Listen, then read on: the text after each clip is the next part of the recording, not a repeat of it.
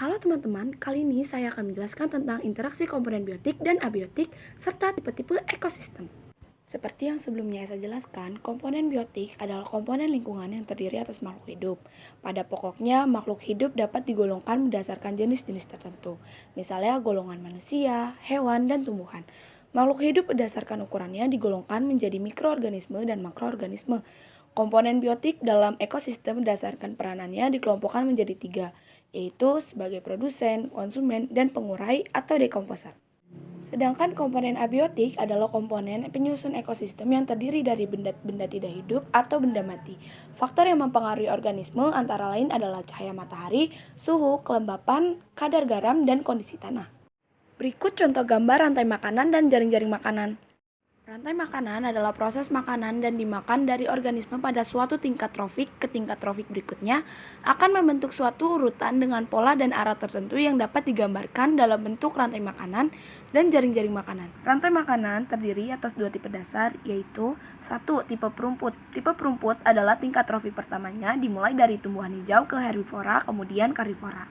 Contohnya, padi dimakan oleh tikus, tikus dimakan oleh ular, ular kemudian dimakan oleh elang. Kedua, tipe detritus. Tipe detritus dimulai dari bahan-bahan mate atau serasa, sebagian tingkat trofik pertamanya. Dilanjutkan ke detrivor dan organisme pemangsanya. Contohnya, serasa dimakan oleh cacing, cacing dimakan oleh burung, burung kemudian dimakan oleh ular. Hubungan beberapa rantai makanan dalam ekosistem akan membentuk struktur yang kompleks dan rumis yang disebut jaring-jaring makanan. Kemudian, rantai makanan ditujukan untuk satu, sebagai penyeimbang ekosistem, sehingga populasi suatu makhluk hidup akan terjaga. Kedua, untuk menyelidiki interaksi ekologis yang menentukan aliran energi dan hubungan predator hingga mangsa. Yang ketiga, untuk bertahan hidup serta berlangsungnya siklus kehidupan. Yang keempat, supaya terjalinnya suatu ekosistem alam. Dan yang terakhir, untuk membatasi populasi suatu hewan agar tidak berlebih. Berikut pengertian peranan rantai makanan, yaitu produsen. Produsen adalah organisme yang mampu menyusun senyawa organik dari bahan anorganik di dalam tubuhnya dengan bantuan sinar matahari. Organisme yang mampu mensintesis makanan sendiri disebut autotrof. Kemudian ada konsumen.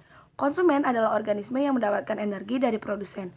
Konsumen berdasarkan jenis makanannya dibedakan menjadi tiga, yaitu herbivora atau pemakan tumbuhan, karnivora pemakan daging, omnivora pemakan tumbuhan dan daging atau biasa disebut pemakan segala. Kemudian pengurai atau dekomposer.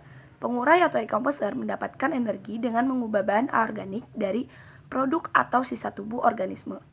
Konsumen dibedakan menjadi tiga tingkatan, ada konsumen 1, konsumen 2, dan konsumen 3. Konsumen 1 atau primer yaitu hewan yang memakan tumbuhan secara langsung. Contoh konsumen 1 dalam rantai makanan yaitu kambing, sapi, kelinci, dan lain sebagainya.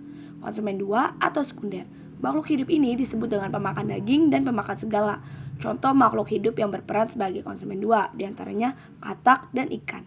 Sedangkan konsumen 3 atau tersier merupakan makhluk hidup yang memangsa hewan atau daging. Contoh makhluk hidup yang berperan sebagai konsumen 3, diantaranya elang, ular, dan hiu. Dalam proses rantai makanan dibutuhkan aliran energi. Apa sih aliran energi itu? Aliran energi merupakan perpindahan energi dari satu tingkatan trofik ke tingkatan-tingkatan berikutnya. Pada proses perpindahan energi tersebut, selalu terjadi pengurangan pada jumlah energi di setiap urutan pemindahannya melalui tingkatan trofik makan-memakan. Pada dasarnya, aliran energi dimulai dari cahaya matahari yang kemudian diubah oleh produsen menjadi energi kimia dalam bentuk senyawa-senyawa organik. Perubahan energi menjadi senyawa organik tersebut dimakan oleh konsumen hingga terjadi lagi perpindahan dan perubahan energi dari tumbuhan ke konsumen. Energi kimia yang telah berubah dalam bentuk bahan organik kemudian dimanfaatkan oleh organisme untuk pertumbuhan serta perkembangan dari organisme tersebut. Selanjutnya, kita akan membahas tentang tipe-tipe ekosistem. Ekosistem di bumi secara garis besar dibedakan menjadi dua, yaitu ekosistem terestrial atau darat dan ekosistem akuatik atau perairan. Ekosistem terestrial ialah ekosistem yang fisiknya berupa darat. Ekosistem terestrial memiliki bagian daerah yang luas dengan habitat dan komunitas tertentu, disebut bioma. Pada ekosistem darat terdapat 6 tipe bioma, yaitu bioma hutan basah, hutan gugur, gurun, taiga, tundra, dan padang rumput. Sedangkan ekosistem akuatik ialah ekosistem di dalam dan di sekitar badan air yang berbeda dengan ekosistem darat. Ekosistem akuatik merupakan ekosistem yang lingkungannya sebagian besar adalah air, yang menjadi tempat tinggal makhluk hidup yang hidup di air serta amfibi yang hidup di dua alam. Di Indonesia terkenal dengan 3 ekosistem darat alami, yaitu ekosistem vegetasi dataran rendah atau vegetasi pamah, vegetasi pegunungan atau ekosistem paguna, dan hutan musim atau vegetasi monsun. Apa sih pengertiannya? Yuk dengar penjelasannya. Vegetasi pamah atau vegetasi dataran rendah adalah vegetasi yang memiliki ketinggian 0 sampai 1000 meter di atas permukaan laut.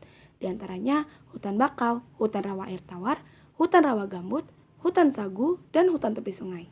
Selanjutnya, ekosistem paguna atau vegetasi pegunungan ialah ekosistem yang meliputi daerah dengan ketinggian 1000 sampai 4600 meter di atas permukaan laut. Iklim di ekosistem paguna ditentukan oleh ketinggian. Kemudian ada vegetasi monsun atau hutan musim. Vegetasi monsun suatu hutan yang terletak pada ketinggian 0 sampai 800 meter di atas permukaan laut. Ciri khas vegetasi monsun adalah tanaman bercabang, rendah dengan batang yang jarang, lurus, serta menggugurkan daunnya pada musim kemarau. Berikut adalah ciri-ciri 6 bioma yang ada di ekosistem terestrial. 1. Bioma hutan basah. Ciri-cirinya apa aja sih? Ciri-cirinya terdapat di daerah tropik dan subtropik curah hujan 200 sampai 225 cm3 per tahun. Memiliki banyak spesies pohon tinggi mencapai 20 sampai 40 meter. Memiliki vegetasi yang khas seperti epifit atau anggrek dan liana atau rotan. Hewan yang ada di sana ada burung, badak, kera, babi hutan, dan harimau. Selanjutnya, hutan gugur. Hutan gugur memiliki ciri-ciri berada di daerah beriklim sedang dengan curah hujan merata sepanjang tahun. Kemudian terletak di daerah 4 musim dengan vegetasi yang sedikit. Lalu, hewan yang ada di sana ada burung pelatuk, rubah, rusa, rakun, dan tupai. Kemudian ada bioma padang rumput. Ciri-cirinya berada di daerah yang terbentang dari wilayah tropik hingga subtropik dengan curah hujan antara 25 sampai 75 cm3 per tahun. Selanjutnya memiliki vegetasi dominan rumput. Hewan yang ada di sana gajah, zebra, singa, jerapah, kanguru, serangga, tikus, dan ular. Kemudian ada bioma taiga, yaitu ciri-cirinya adalah berada di daerah yang subtropik dan kutub, memiliki suhu yang rendah, memiliki vegetasi konifer yang evergreen. Hewan yang ada di sana landak, serigala, dan burung yang akan berimigrasi ke selatan saat musim gugur. Kemudian bioma tundra. Ciri-cirinya terdapat di lingkungan kutub dengan musim dingin lebih panjang, vegetasi dominannya lumut, lichen, dan tumbuhan semusim. Hewan yang ada di sana, burung yang datang pada musim panas, rusa kutub, burung hantu, dan tikus.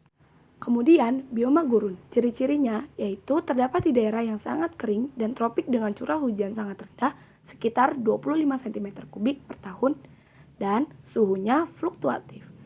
Selanjutnya memiliki vegetasi didominasi kaktus, dan hewan yang ada di sana unta, kadal, ular, tikus, dan serangga. Kemudian kita akan membahas ekosistem apa aja sih yang termasuk ke dalam ekosistem akuatik. 1.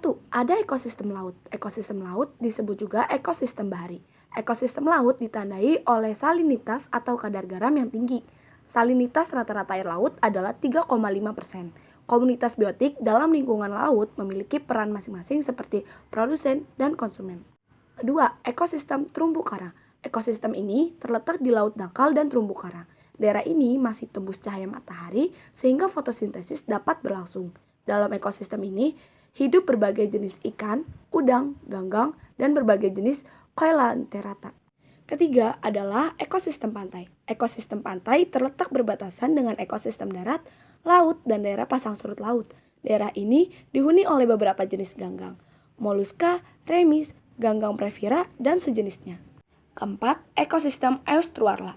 Estuarla adalah perairan semi tertutup yang berhubungan bebas dengan laut, sehingga air laut dengan salinitas tinggi dapat bercampur dengan air tawar. Tempat bertemunya arus air dengan arus pasang surut yang berlawanan menyebabkan suatu pengaruh yang kuat pada sedimental, percampuran air, dan ciri-ciri fisika lainnya. Kemudian ada ekosistem air tawar, ekosistem yang airnya memiliki kadar garam yang rendah. Ciri-ciri ekosistem air tawar antara lain variasi suhu tidak menyolok, penetrasi cahaya kurang, dan dipengaruhi oleh iklim dan cuaca. Habitat air tawar merupakan perantara habitat laut dan darat. 4 kelompok penyusun utama dari ekosistem air tawar adalah moluska, serangga air, udang-udangan, dan ikan. Air tawar dibedakan menjadi 3, yaitu danau, kolam, sungai.